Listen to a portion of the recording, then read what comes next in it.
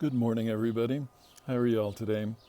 It's a beautiful morning. The sun, surprisingly, is just now breaking through the clouds and kind of shining bright on me. I thought it would be cloudy when I came out.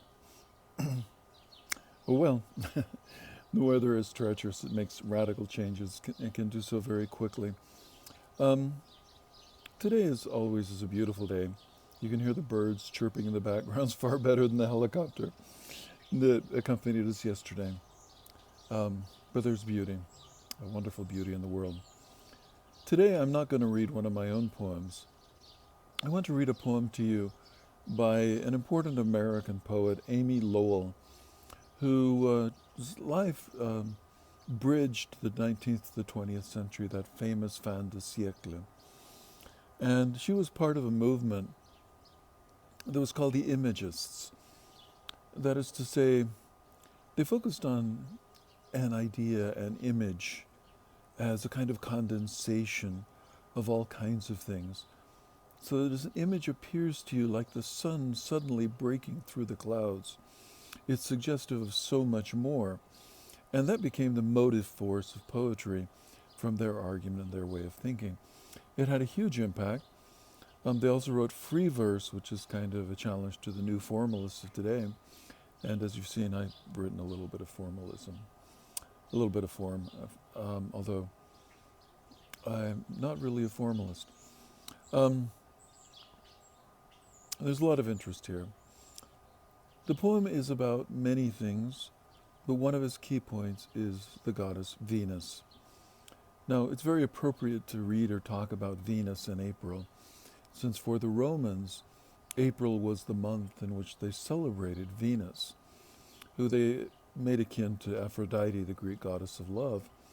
And all of you have seen the great paintings of Venus arising in a shell, a clam shell, whether by Botticelli or someone else. It's one of the more famous tropes of Western painting.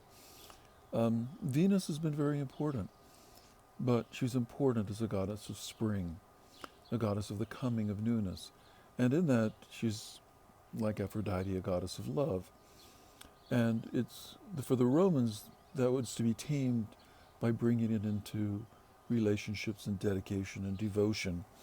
Not that they didn't have a lot of libertinage, and not that those relationships weren't different from the way that we post-Victorians conceive of them.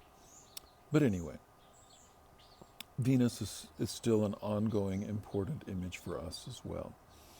And so here is Amy Lowell's poem, Venus Transiens.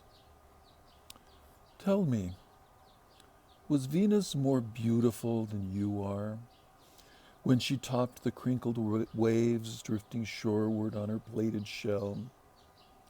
Was Botticelli's vision fairer than mine? And were the painted rosebuds he tossed his lady of better worth than the words I blow about you, to cover your too great loveliness as with gauze of misted silver?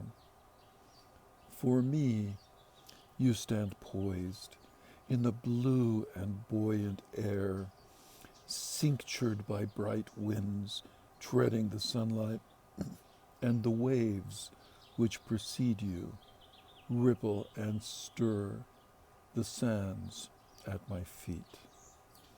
Thank you, and thanks to Amy Lowell and to my friend Lisa Gustavson who turned me on to this poem. And y'all have a great day, a beautiful day, filled with the joy of life and love and spring and all the glorious powers, even though many of my friends who listen to me are in South America, where they're moving to fall. Happy day to you. Bye.